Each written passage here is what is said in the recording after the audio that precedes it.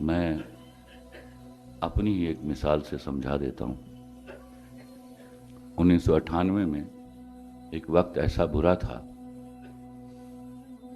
کہ میرے بچے 35-36 گھنٹوں سے بھوکے تھے۔ میں پریشان تھا اور میرے پاس 50 کا ایک نوٹ تھا،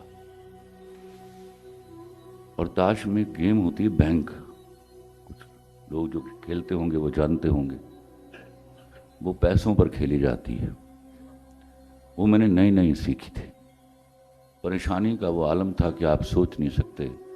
پریشانی اس لیے تھی کہ میں نے کہیں ٹی وی پر بیٹھ کے یہ جملہ بولا تھا کہ میں دنیا کا دیانتدار ترین آدمی ہوں، لیکن میں بھوک ہتھیلی پہ رکھ کے اپنے بچوں کے سامنے کھڑا نہیں ہو سکتا۔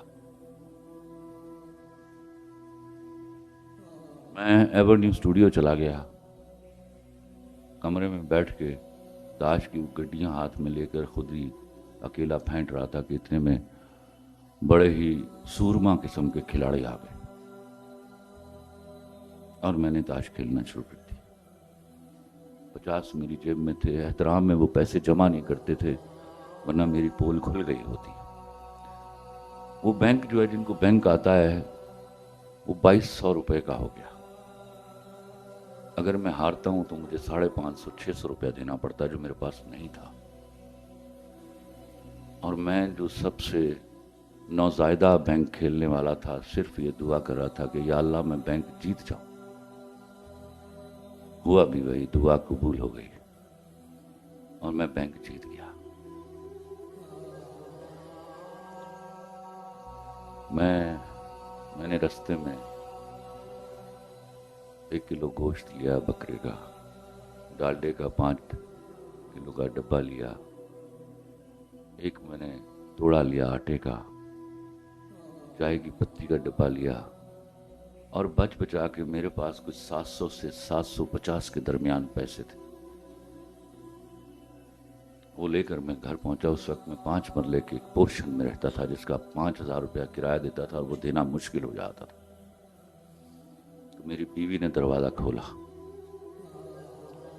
میرا بڑا مشہور ڈرامہ ہے بوٹا فرام ٹوبا ٹیک سنگھ اور لنڈا بازار، اس کا ڈائریکٹر میرے ساتھ تھا، وہ سامان اس نے اٹھایا ہوا تھا۔ میری بیوی نے مجھے دروازے پر روک لیا، کہتی کہاں سے لائے ہو یہ پیسے؟ میں ڈر گیا۔ میں نے کہا زندگی میں ایک حرام معاف کر دے۔ اس نے کہا نہیں خلیل الرحمن کمار، خدا کی قسم میرے بچے اگلی رات بھی بھوکے رہے۔ تھوڑے وقت کے لیے آیا تھا برا، تو میڈ ہوتی تھی ہمارے گھر میں، آتی تھی کام کرنے کے لیے۔ صبح وہ ساری چیزیں اور وہ 700 اور 750 کے درمیان جو پیسے تھے اس کو دیے گئے۔ اور خوش قسمتی کہ میرا ایک دوست ان دنوں مجھے 200 روپیہ روز کا دے کے جاتا تھا، وہ آ گیا اور اس نے مجھے 200 روپیہ دیا، اور ہم نے اگلے دن کچھ کھایا پیا۔ ان باتوں کو غور سے سمجھیے گا۔ شاید جہاں اللہ نے آج مجھے پہنچایا ہے، میں اس پر اتنا پرائیڈ نہیں لیتا جتنا اس دن بھوکا رہنے کا لیتا ہوں۔